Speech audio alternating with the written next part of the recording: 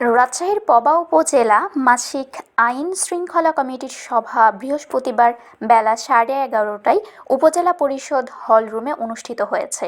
সভায় প্রধান অতিথি হিসেবে উপস্থিত ছিলেন পবা মোহনপুর সংসদ সদস্য অ্যাডভোকেট শফিকুল হক মিলন এমপি। সবাই সীমান্ত এলাকায় নিরাপত্তা জোরদার করে মাদকের মূল হোতাদের আটক, অবৈধ পুকুর খনন বন্ধ, ঈদের আগে মহাসড়কে শৃঙ্খলা ফেরানো এবং বাল্যবিবাহ প্রতিরোধ সহ বিভিন্ন বিষয়ে আলোচনা করা হয়। প্রতিটি আলোচনা মনোযোগ সহকারে শোনেন এমপি মিলন। তিনি বলেন, সমাজে মাদক একটি বড় সমস্যা।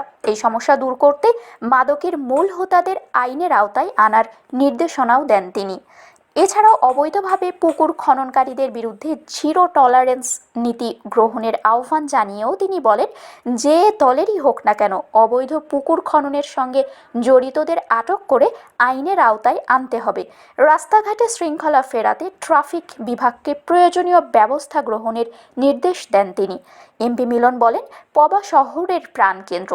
এই উপজেলাকে একটি সুন্দর ও মডেল উপজেলা হিসেবে গড়ে তুলতে সবার সহযোগিতা প্রয়োজন। উপজেলা নির্বাহী কর্মকর্তা আরাফাত আমান আজিজের সভাপতিত্বে সভায় বিশেষ অতিথি হিসেবে উপস্থিত ছিলেন পবা উপজেলা বিএনপির আহ্বায়ক আলী হোসেন, সদস্য সচিব অধ্যাপক আব্দুর রাজ্জাক, নওহাটা পৌর বিএনপির সভাপতি রফিকুল ইসলাম রফিক, পবা উপজেলা বিএনপির যুগ্ম আহ্বায়ক সুলতান আহমেদ, পবা উপজেলা প্রকৌশলী মকবুল হোসেন ও সহকারী কমিশনার মেহেদি হাসান। এছাড়া বিজিবি, বিভিন্ন থানার কর্মকর্তা এবং উপজেলা পরিষদের বিভিন্ন দপ্তরের কর্মকর্তারা সভায় উপস্থিত ছিলেন। সৌভাগ্যবান বলি এখন আর একটু 10টা পুলিশ স্টেশন হচ্ছে পবার মধ্যে, তাহলে এখানে অপ্রতুল ব্যবস্থাপনা হওয়ার তো কোনো কারণই নাই। রাত্রেবেলা কাটবে, এটা খোলা অবস্থা করা যাবে না। রাত্রেবেলা দিনে হোক, যখনই এ ব্যাপারে যদি অনুমতি না থাকে, কেউ যদি পুকুর কাটে এবং এর সাথে যারা সম্পৃক্ত থাকবে তাদের প্রত্যেককে অনুমতি মিলবে।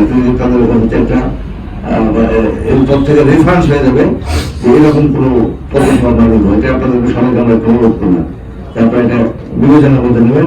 আমরা উচ্চ পর্যায়ে আলোচনা করবেন এটা নিয়ে। আরো এর আগেও বলেছি। শারমিন শিমু, বরেন্দ্র টেলিভিশন।